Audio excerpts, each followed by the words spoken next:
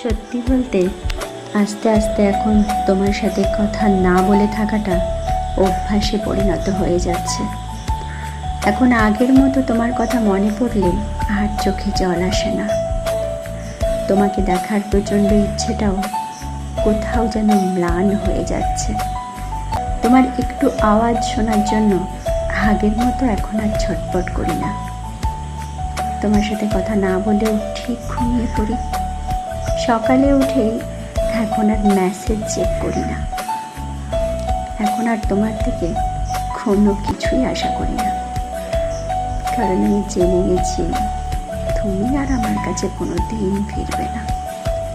তুমি তো অনেক আগেই আমার থেকে দূরে চলে গিয়েছিলে। আমার বুঝতে একটু বেশি দেরি হলো। হ্যাঁ, একটু দেরি হলো ঠিকই, কিন্তু এটা খুব ভালোভাবে বুঝে গেছি কারোর ওপর অন্ধবিশ্বাস কখনো করতে নেই। থ্যাংক ইউ এটা আমাকে বোঝানোর জন্য।